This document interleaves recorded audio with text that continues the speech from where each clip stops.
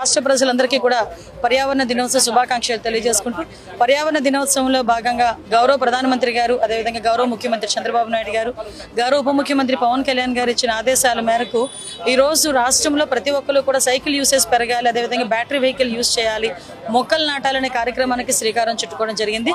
దీనిలో భాగంగానే గౌరవ ముఖ్యమంత్రి గారు వైజాగ్లో మొక్కలు నాటే కార్యక్రమం అదేవిధంగా సైకిల్ ర్యాలీ కూడా చేస్తున్నారు. ఆ నేపథ్యంలో మా డిపార్ట్మెంట్ తరఫున కూడా మేమందరం కూడా సైకిల్ మీద వెళ్ళి మొక్కలు నాటే కార్యక్రమానికి కూడా చేయడానికి మేమందరం కూడా సిద్ధపడ్డాం. దానిలో భాగంగానే ఈరోజు సైకిల్ మీద మాకెంతో గర్వకారణమైన మాకెంతో నిజంగా చెప్పాలంటే ఒక ప్రైడ్ కింద భావించాలి సైకిల్. ఆ సైకిల్ మీద విజయవాడ పొరవీధుల్లో 3వ సంవత్సరంలోకి అడుగుపెట్టిన మొదటి రోజే తిరగడం అనేది నిజంగా చాలా హ్యాపీ, చాలా గర్వంగానే ఉంది.